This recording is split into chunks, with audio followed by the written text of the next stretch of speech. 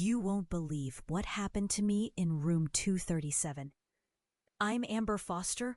Yeah, I'm that ER nurse who's been pulling all-nighters at City General for the last 7 years. I've seen bad stuff. I'm steady under pressure, calm when chaos hits like a storm. But nothing prepared me for that night. Nothing. I should have known something was off the moment I walked past the door. The lights flickered, just a quick strobe, like a heartbeat skipping. The whole hallway felt wrong, like the air was thicker, colder. My chest tightened, this weird constriction squeezing the breath out of me. But I pushed on, nursing pride kicking in. I was supposed to check on the patient in room 237. But every time I looked that way, I felt this awful pull in my gut. I kept telling myself it was just stress, the usual night shift jitters. But then the first patient in that room died, out of nowhere. Sudden cardiac arrest, they said in the chart. No warning, no chance. I was at the bedside. I felt the pulse stop under my fingers. I remember the cold shock, the spike of panic, the gritty taste of failure. Swear, I could hear the others whispering when I left the room. They looked at me like I was cursed. And it didn't stop. One after another, patients put in that room dropped dead. Hours, sometimes less. All had been stable at admission.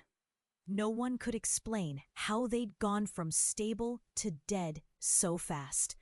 The word went around the hospital. Room 237 was a death trap. People avoided it like the plague. I admit, I started avoiding it too. I'd skip rounds when I could, pretend I was busy elsewhere. Last week, I broke. I had this fear clawing under my skin, like I was hiding from something real. So I finally checked the security footage. What I saw chilled me to the bone. Patients screaming, bodies writhing on the bed. And then, injuries, cuts, bruises, deep scratches appearing in seconds. But no one touched them. No nurse, no doctor, no one around except shadows. Invisible hands doing harm. The worst? That night, I saw the temperature drop just by standing at the door. The sterile smell warped into something metallic, damp, like a basement long forgotten. Patients whispered about ghosts, voices in the dark, shadows flitting behind their eyes. Some swore they felt cold fingers probing inside them. And the doctors, the hospital brass, they shut it down. No evidence, insurance claims to protect, they told us with blank faces.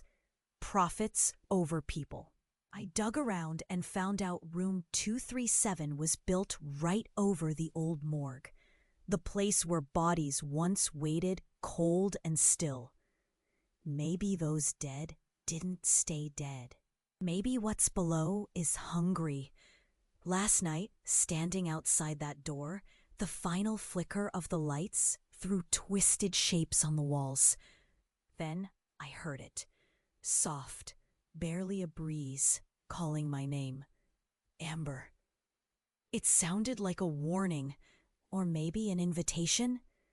Now I'm stuck, torn between running or stepping inside. This isn't about ruined charts, endless emergencies, or late-night fatigue anymore.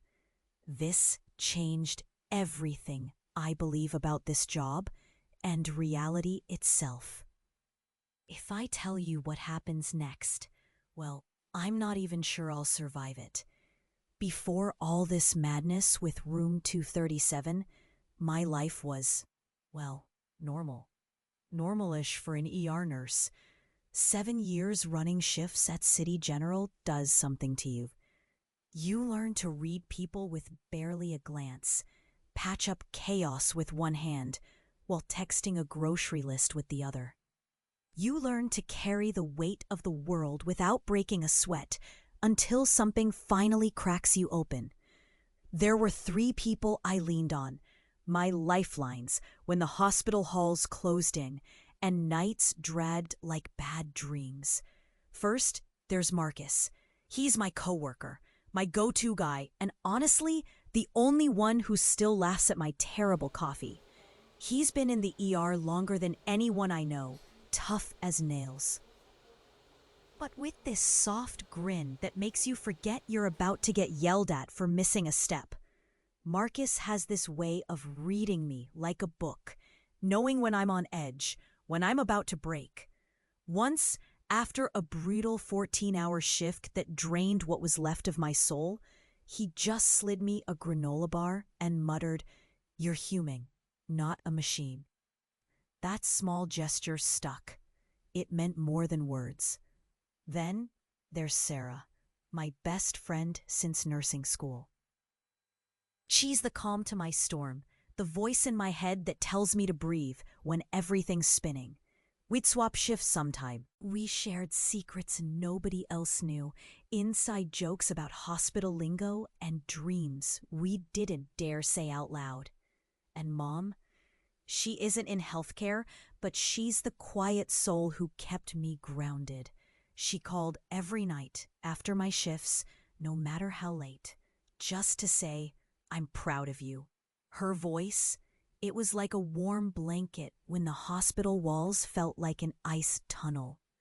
She's seen me at my best and worst, never questioning why I stayed all those nights, why I carried patients. Pain like a second skin.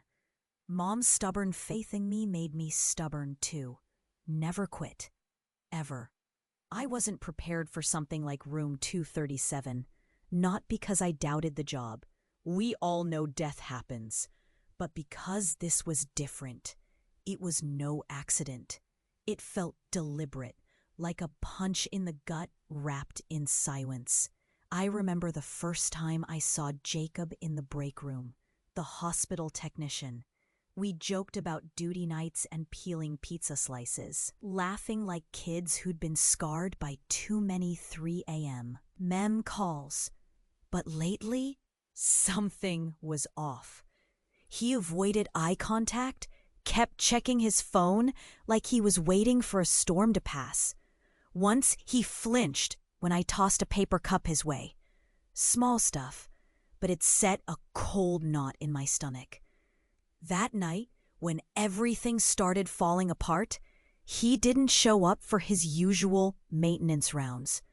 No calls, no texts.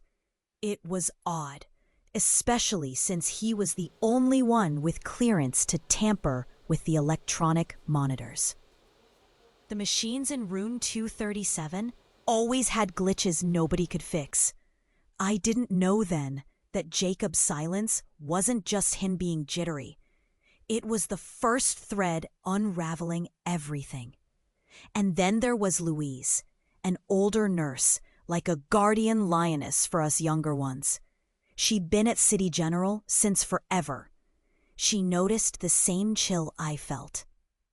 Quietly, she told me one night about old hospital rumors, whispered things about the morgue beneath the floor. She didn't believe in ghosts, but the fear in her voice now, staring at that door again, I feel the weight not just of the hospital's secrets, but of the people I might lose if I step inside. And worse, the fear that one of those closest to me might already be part of what's waiting in room 237. I wasn't planning to dig deeper. Really, I wasn't. But that night, after standing outside room 237, hearing my name whispered like a threat, something twisted inside me. I needed to know who I could still trust. So, I started with Sarah. She's been my rock, my best friend for years. If anyone could make sense of this nightmare, it'd be her. I pulled up my phone to message her, but nothing. No reply. Not even busy. I tried again the next day. Still silence. Weird. I thought maybe she was just swamped, so I called her apartment. No answer. No one picked up. Usually she'd grab the phone on the first ring. Panic started to gnaw at me. That evening, I took a chance and drove over. The street was quiet, houses lined up like sleeping giants. I stood by Sarah's door, fist clenched, heart hammering. When the door cracked open, the face that smiled back wasn't Sarah's. Still, the eyes were familiar. Those same eyes that had shared secrets. Laughter, tears for years. It was a woman I didn't know, but she slipped inside like she owned the place. I asked for Sarah. The woman paused, arching an eyebrow before saying the strangest thing. Sarah doesn't live here anymore. Something about her voice scraped the air, cold, wrong. I didn't have time to argue. I turned away, uneasy and burning with questions. The next day, I broke into hospital records. It wasn't hard. After 7 years, I knew how to navigate the system, where stray bits of info hide. And that's when I found it, buried under layers of patient files and employee logs. A single, dusty folder labeled Sarah Williams, staff ID number 4472. I ripped it open, hands trembling. The photo inside was familiar. It was Sarah. But the dates didn't add up. Her employment history stopped 2 years ago, before this current hospital opened. More shocking, file had a different name stamped underneath hers. Laura Jenkins. Same face, same birthday, but not Sarah's. I blinked, chest tightening. My vision tunneled like I'd hit a wall. Then came the calls.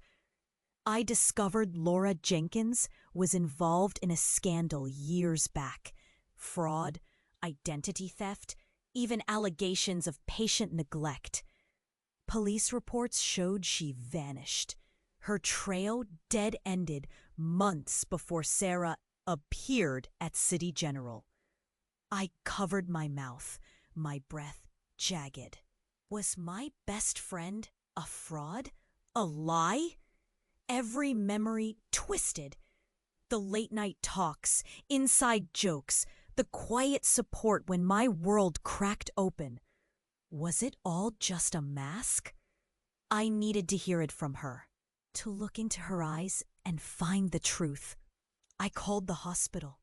No one had seen Sarah for days. Louise, that older nurse, told me she'd been out sick, strangely unwell. Marcus shrugged, nervous, avoiding my gaze. I checked Sarah's locker. Empty. Even her locker key was gone. I knocked on her doorframes around the hospital, chased whispers in the hallways, but Sarah was nowhere. And then the strangest thing. My phone buzzed. A message. No sender. Amber, you shouldn't look for me.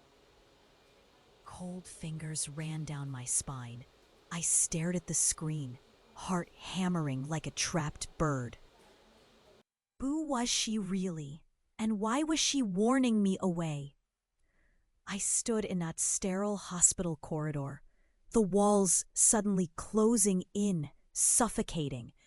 The person I trusted most wasn't who I thought. Maybe she never was. And the worst part? Now I didn't know if she was hiding or watching. No answers, just silence.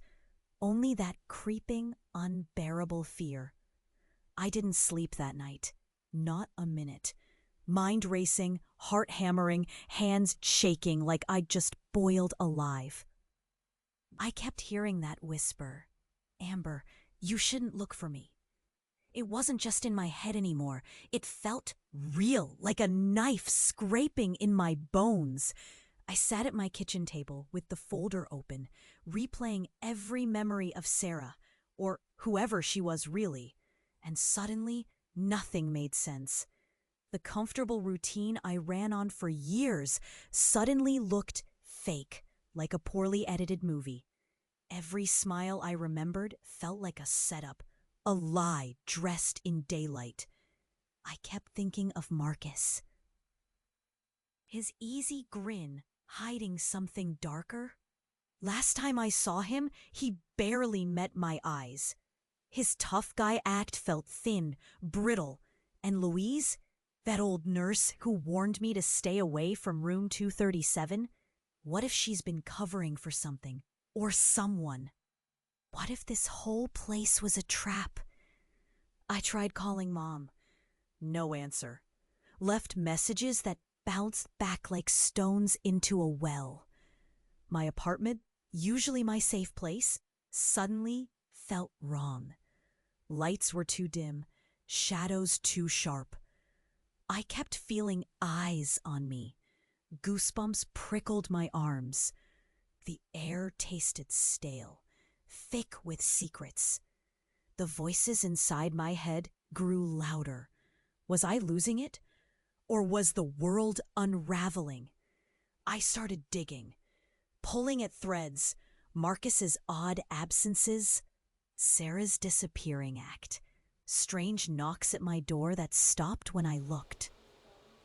I even checked my own work schedule. Pages missing. Shifts I swore I had were blank. A sickening feeling settled in my chest, like I'd been erased or rewritten. One night, I found my ID badge in the break room, face down, scratched over my name.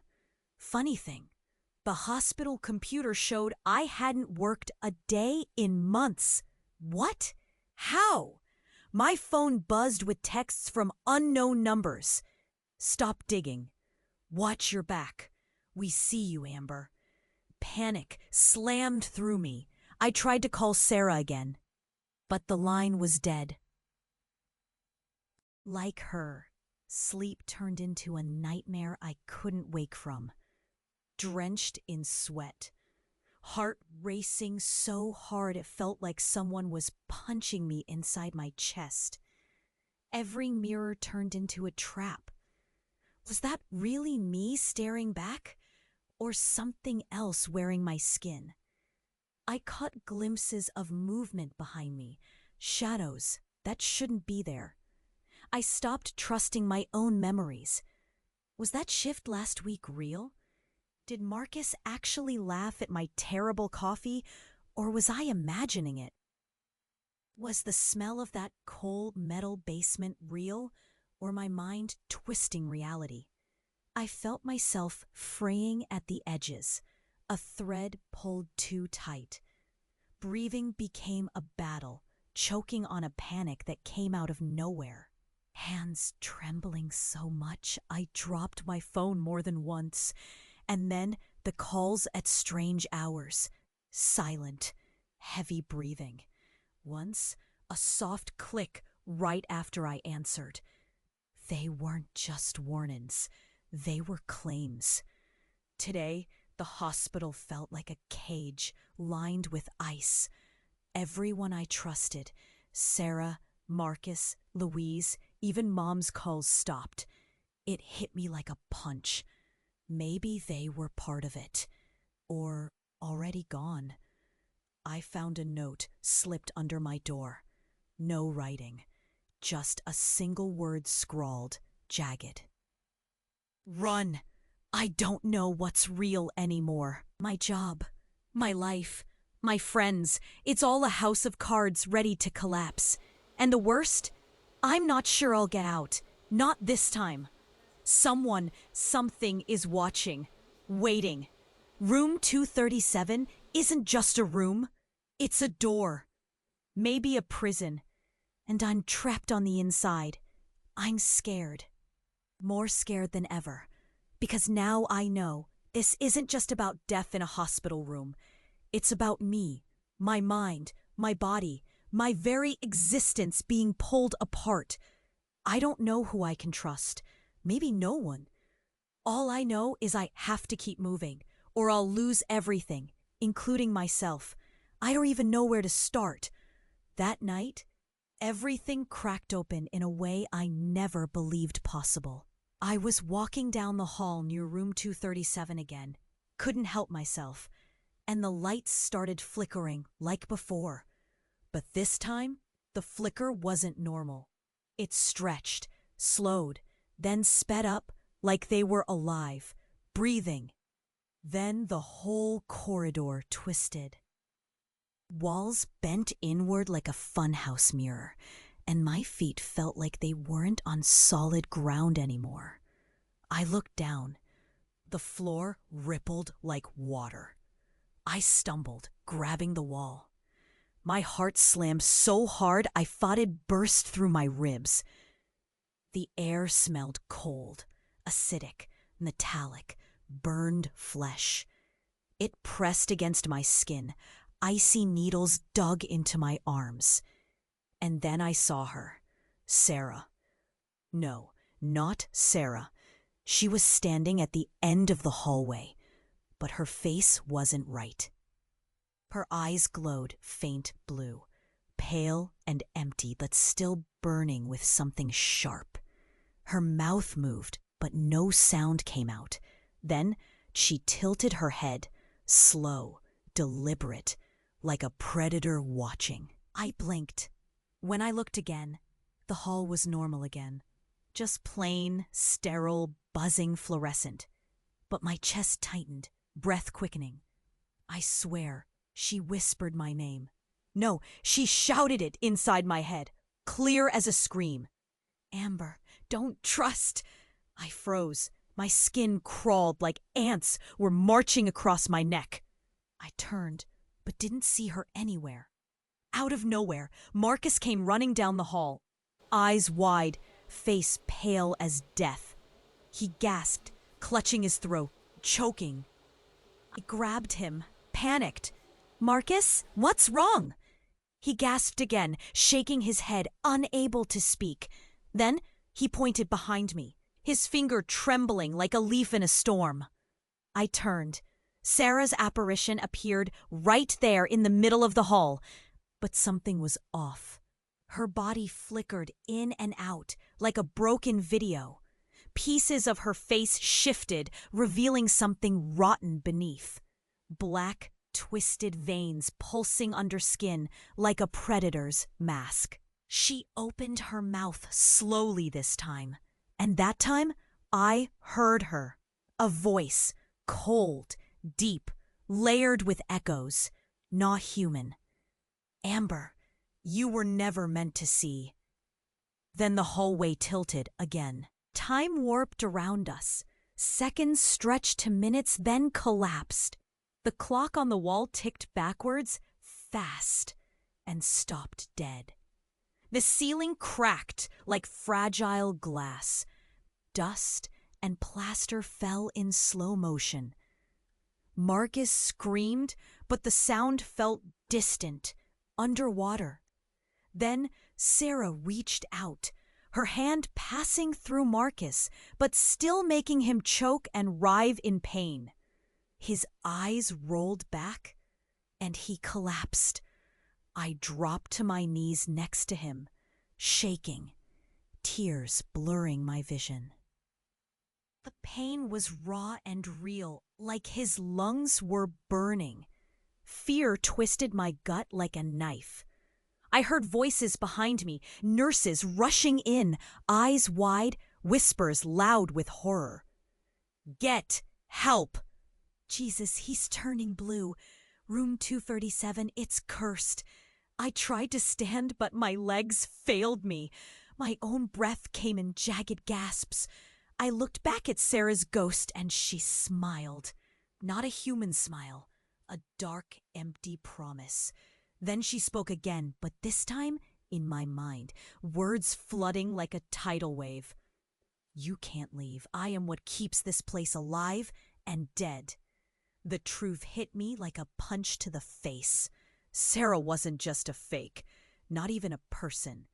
She was something else, somewhere in between. Some old horror that had lived under this hospital for years, feeding, hiding. I wasn't dreaming. This was real, beyond anything I thought possible. Science, reason, all lies. And worse, I realized I knew her. I trusted her once. And now, she controls the shadows that lurk here. The hospital erupted in chaos as the others tried to save Marcus. But my eyes never left that fading ghost, her hollow stare drilling into my soul. I could feel reality tearing, a crack so big and dark I might never find my way back. That night proved it. Everything we believe about this world, about life and death, it's a lie. And I'm trapped inside a nightmare that refuses to end. I don't even know where to start. It all hit me last night in one brutal, horrible rush. Like the whole world flipped inside out, and I was left crawling at the bottom of a pit, clawing for air that wasn't there. I was staring into the hospital's old archives, desperately hunting for anything about room 237, Sarah, the morgue, anything. But what I found wasn't files or reports. It was me, or not quite me. There was a file labeled Amber Foster, my name, my birthday, but everything else was wrong. The pictures didn't match. The name was mine, but the face had empty eyes. The file said I died. Not just a little accident, but full-on dead. Years ago, 7 years ago, the exact day I started at City General. I read the notes. There was a crash, a fire. Emergency responders pulled out a body from the wreckage. They declared the patient DOA. Autopsy confirmed. The real Amber Foster never walked into this hospital. I did. But I wasn't her. My chest tightened so hard I thought it might crush my ribs. My hands shook, cold sweat slicking my skin as I flipped through every page. There was a name beneath mine, some code. Subject 237. Next to it, written in fading ink, experiment terminated, identity assumed. A name popped up, a voice crackling through the files. Dr. Langley, the man in charge, the hospital's founding director. They'd been running tests, something about extending life. Hacking the mind to rewrite reality. Patients, nurses, any staff was just a cover, a mask. I wasn't a nurse. I was a test subject, an experiment locked inside a strange, endless dream. Every memory, every face was a construct designed to keep me compliant. My friends, Marcus and Sarah, they weren't real people. At least not as I thought. Sarah was a ghost, a programmed enforcer, made to keep me quiet and sane. The real Sarah never existed here. Louise? A guardian? Or maybe a jailer? I screamed. No sound came out. My throat clenched so tight it felt like I was choking on my own skin. I ran down the halls that warped like acid in my brain. The walls, breathing and pulsing. Lights flickering faster now. The cold metallic smell burning my lungs. Shadows slipped past corners like living knives. My phone buzzed. A message popped up. You're broken. You don't belong.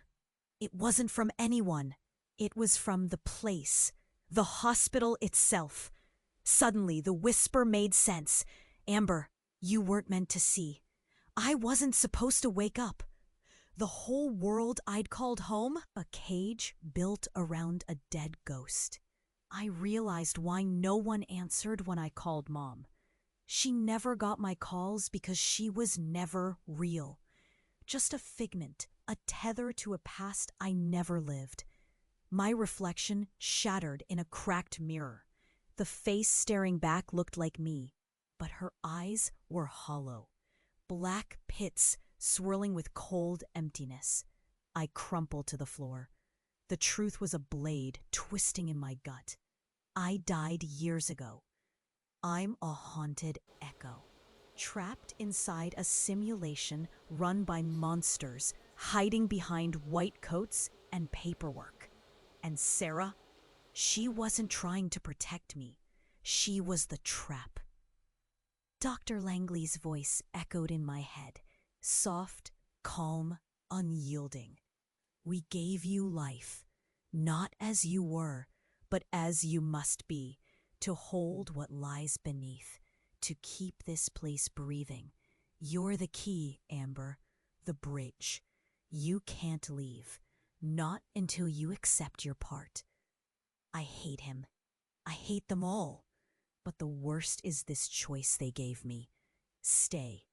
Remain part of the experiment, locked inside this endless nightmare, watching death cycle over and over in the rooms above a forgotten morgue. Or let it end. Let the system shut down. And that means I cease to exist. No escape. No waking up outside this place. Just blackness. I'm frozen. The walls close in. My breath comes in shallow, ragged gasps. The quiet hum of the machines is louder than a scream. I don't know if I'm alive or just a ghost of who I used to be. All I know is I can't keep living this lie. The door to room 237 stands open, shadows dancing behind it like hungry teeth. I have to choose, step inside and end it, or turn away and stay a prisoner forever. My body trembles, heart pounding like it wants to break free. There's no hope, only the flicker of one last breath, and the whisper, colder than ice, Amber, it's time. I'm standing in front of that damn door again, room 237, the cold creeping under my skin like icy spider legs. The flickering lights punch through the dark halls, casting sick shadows that dance like they're alive, waiting. I can hear them, the whispers, the gasps from the empty beds, the screams I still can't shut out. The hospital feels like it's breathing down my neck, tightening a noose around my throat. I hold the folder tight, knuckles white. The truths spilled out in black and white. I'm not who I thought I was. Not really. I'm trapped. A ghost tied to this place, a prisoner of a lie hammered into my bones. And now it's come to this. The voice echoes deep inside my head like cold steel sliding over broken glass. Choose, Amber, your soul or theirs. My heart vaults. I want to scream, but the words stick in my throat. The choice spills before me, stark and brutal. Option 1, I walk away, let the door stay shut, and save myself. Leave behind Marcus, Sarah, Louise, Mom, everyone I thought I could trust. They'll stay trapped here, caught in this endless loop of death and screams. Shadows hunting their skin, their minds cracking. The nightmare keeps spinning without me. I can vanish, fade into some kind of peace, but at what cost? Their lives crushed, souls shattered, forever tethered to this hell. Option 2, I step inside. Let the sickness, the darkness swallow me whole. Take Sarah's place as the watcher, the jailer, the thing they made me. I become part of the nightmare, to protect those I love, to hold the horrors at bay. But I lose myself. My body becomes a cage. My mind a prison. Human fades into something colder, harder. A monster disguised as a nurse. I sacrifice my truth, my memories, maybe even my soul, just to buy them time, to give them a chance. My chest tightens until it's hard to breathe. Tears sting my eyes, but I fight them back. I think of Marcus, his tired smile and that gentle way he sees right through me when I'm falling apart. Sarah, the real one, the friend who might have never existed, but still felt like family. Mom's warm voice, cutting through the darkest nights. Louise, gruff but steady, probably already part of some twisted game. I hear Marcus's ragged breathing behind me. He's bleeding from his mouth, eyes glassy. He tries to say something, but it's just a rasp. The air is heavy with the smell of blood and iron. The hospital corridors pulse around us, alive with whispers jabbing at my skin. Shadows drift close, hungry. The thing waits. The cold voice, Sarah's ghost, crawls between my thoughts. Join us, keep them safe, or walk away, forever lost to the night. I don't want to be this monster, but I will watch my people die. My hands tremble. Heart pounding like a war drum. I think of the silence in Mom's empty voicemail, the cold glint in Louise's eyes, the way Marcus looked at me before he fell. They need me. I swallow the lump choking me. I push the door open. The hinges scream like a betrayed friend. Darkness wraps me immediately. The air tastes like rust and old regrets. I step in. The shadows lash out, cold fingers grasping. The lights die. I'm breathing in whispers, pain, and the slow, cruel promise of what's to come. I'm not just a nurse anymore. I'm the key, the jailer, the lie. And as the door slams behind me, thunder and silence crash together, I feel my last thread of humanity snap. I'm gone. But maybe, just maybe, they'll live. The door slammed behind me. Darkness swallowed everything. Cold scraped my skin like broken glass. At first, I couldn't move. My limbs felt heavy, like they were filled with lead. My breath came in ragged gasps. A storm trapped inside my chest. The silence was loud. So loud, it hammered in my ears. But then the hospital shifted. The air thickened, buzzing with energy. Shadows clawed at the walls, but I didn't flinch anymore. I learned to live inside that dark, like it was another part of me. I became the watcher, the keeper of pain, rage, and death that twisted beneath City General. Day one after stepping inside, I found Marcus lying broken in a corner of the old morgue. His face was pale, a mess of cuts and bruises, but his eyes found mine with raw relief. He didn't say much, just nodded, like he knew everything had changed. He wasn't the Marcus I'd known before. Something in him was quieter. He carried a weight that bent his shoulders. I tried reaching for Sarah's ghost, but she was gone, vanished like mist caught in a breeze. No more visits, no more whispers in my head, just silence where her voice used to ring. I think letting the darkness claim me pushed her out. Maybe that was mercy or punishment. The hospital outside the walls I'd stepped through kept turning forward, but I was trapped in another rhythm. Time fractured, slipping through my fingers. Days blurred. Nights stretched too long. I lost track of how many people came and went. Patients, doctors, nurses, but I could feel their ghosts tangled in the corridors, just like me. Louise, gruff old Louise, showed up twice after I changed. The first time, she looked at me like she was seeing a stranger's shape, a stranger's eyes. I wanted to warn her, to pull her away, but she walked off, muttering about paying debts and the cost of silence. She didn't come back. Mom's voice faded into a whisper I couldn't reach. I still tried calling, but the line was dead. I guess she was part of the life I left behind. Or maybe she was never real. Just another story the hospital fed me to keep me tethered. That stings more than I expected. Physically, I changed too. My skin grew cold to the touch, like I'd been dipped in frost. My hands tremble when I try to write my name.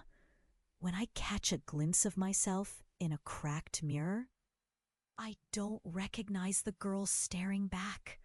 Hollow eyes staring into nothing. It's a face worn smooth by fear and endless nights. I feel hollow too, like I'm just a shell holding all the bad things in. I lost myself in that room. But I gained a dark kind of strength, the terrible kind you only get by staring death in the face every second, knowing it waits just on the other side of your skin. I learned the walls breathe. The floor whispers secrets. Shadows aren't just absence, they're watching, waiting. And I'm the gatekeeper. There's no rescue for me anymore. No going back to normal. But the ones I saved, Marcus is the closest thing I have left. He's changed, sure, quiet and scared.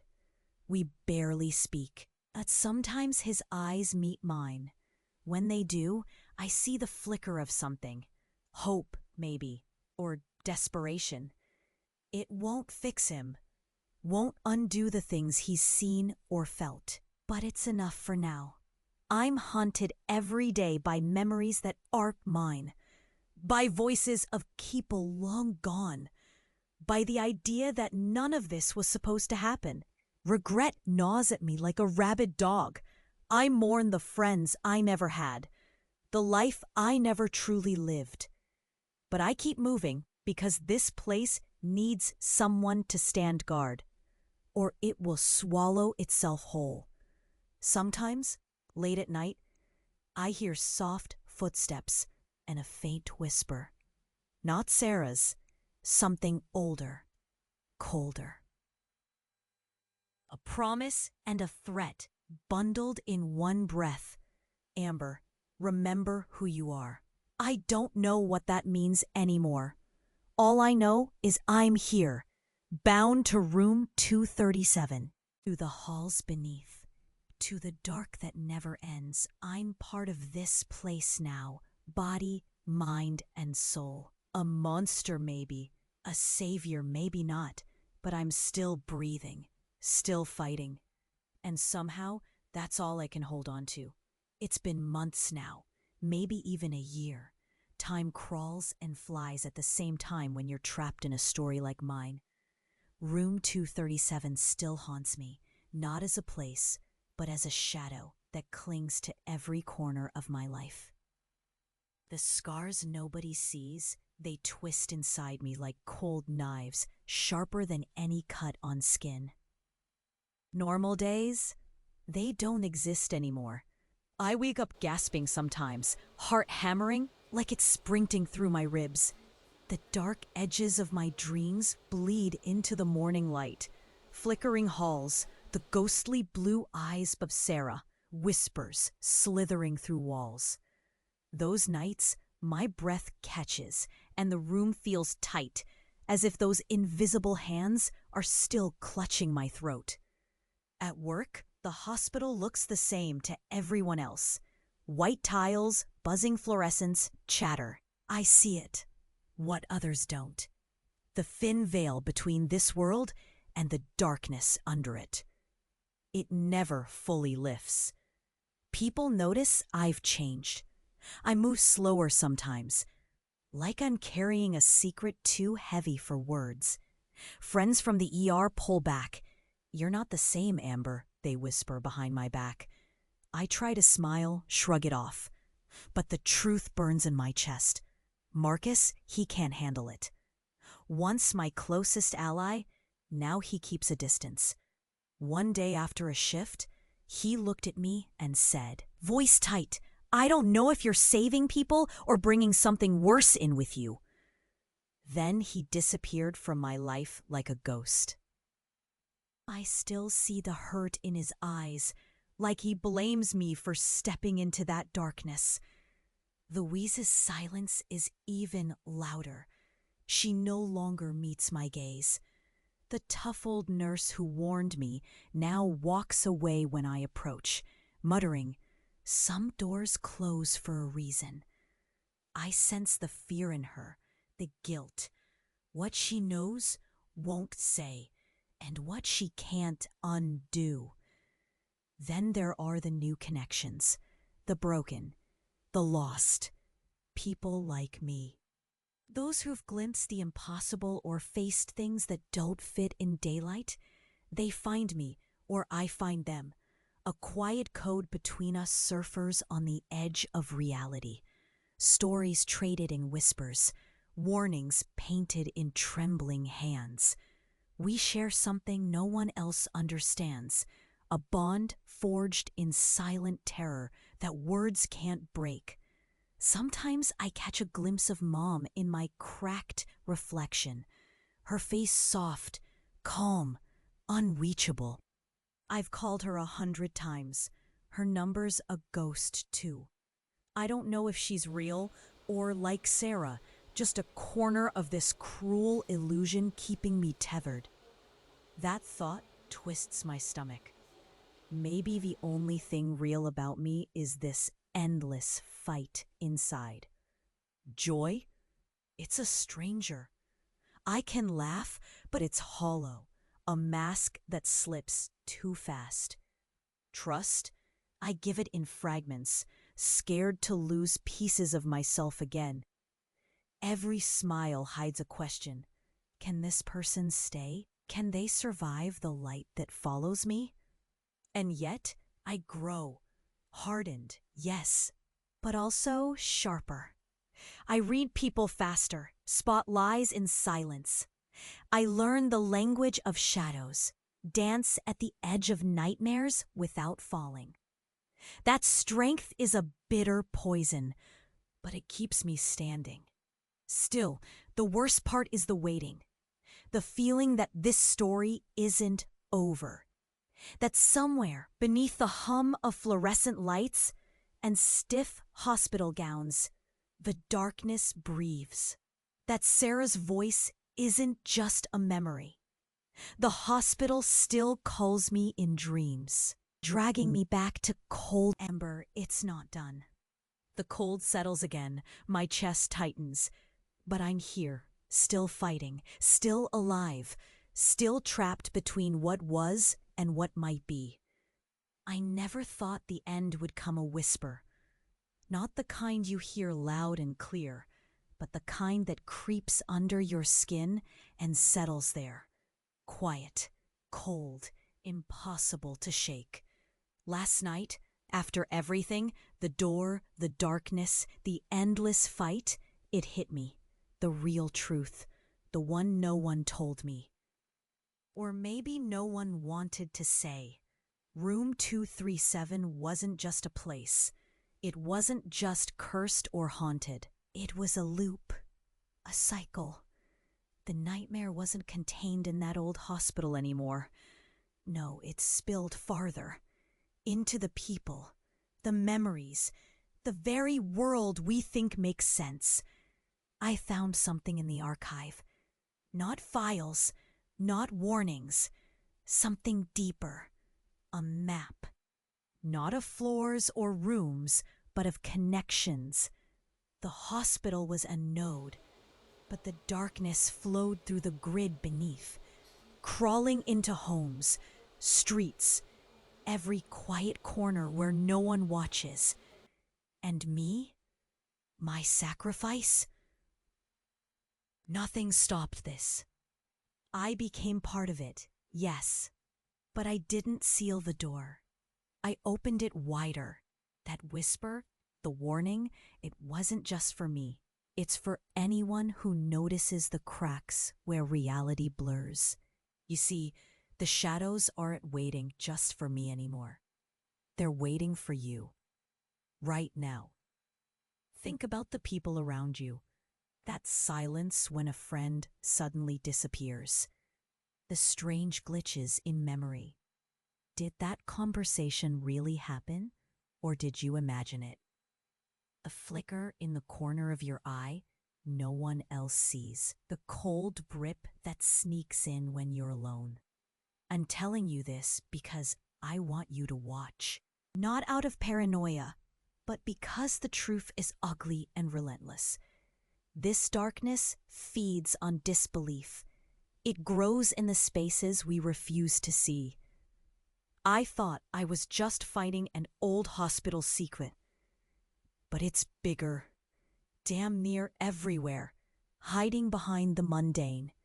It's in the smiles that don't reach eyes, in voices that double, calling your name from empty rooms, in the face of a stranger who looks exactly like someone you lost, only wrong. Most never notice, or if they do, they look away because it's too heavy. But once it finds you, once you feel your own reflection falter, there's no undoing it. I'm still here, I guess, not as I was, more shadow than human. That cold behind my eyes, it's the hospital's heartbeat echoing in my chest.